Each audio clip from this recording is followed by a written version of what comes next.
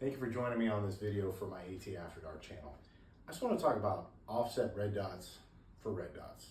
I've heard pretty much all the other reasons why you would do it, except the reason that I would do it, which I thought was the most obvious, and I thought it was kind of weird that nobody talked about it. Okay, so my reason is this. Say you use night vision at work, okay?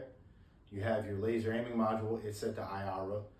If I'm gonna have this set to IARA, I don't know if I'm gonna be going directly to where I need to be going. I might need to traverse through an open area, closed area, outside to inside. I like to have my primary optic on IARA as well. Lots of people have different feelings about passive aiming. That's cool, you do you. I'm into it, that's something that I do. You may not, that's fine. So if I've got my laser and illuminator set to IARA, I'm wearing binocular night vision that is seeing an IR on my head. I've got my primary optic on IR, and if I make contact with people, I just lift up my head, switch up over a little bit, hit my light, and this is set on visual. That's it. People might ask the question, okay, hey man, like if your laser aiming module is set to IR, why wouldn't you have your primary optic set to visual?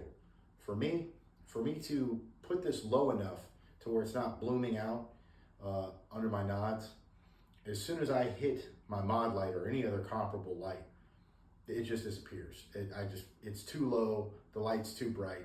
I would rather have this set to IR. If I'm doing things under the IR spectrum, I want my stuff under IR. A lot of people have an SOP. As soon as I make contact with people, they go white light. Okay, so instead of me trying to do all this switching and hit stuff, I have a white light and I have a visual optic. I can just, boom, and I'm right there.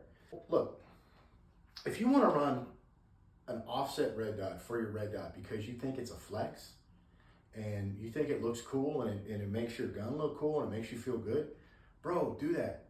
That's a fine enough, that's a valid answer. Just be honest with people. Like, go ahead and do that. The more comfortable that you get doing things, you're gonna see what you need and what you don't need. I kind of like to call them like training wheels.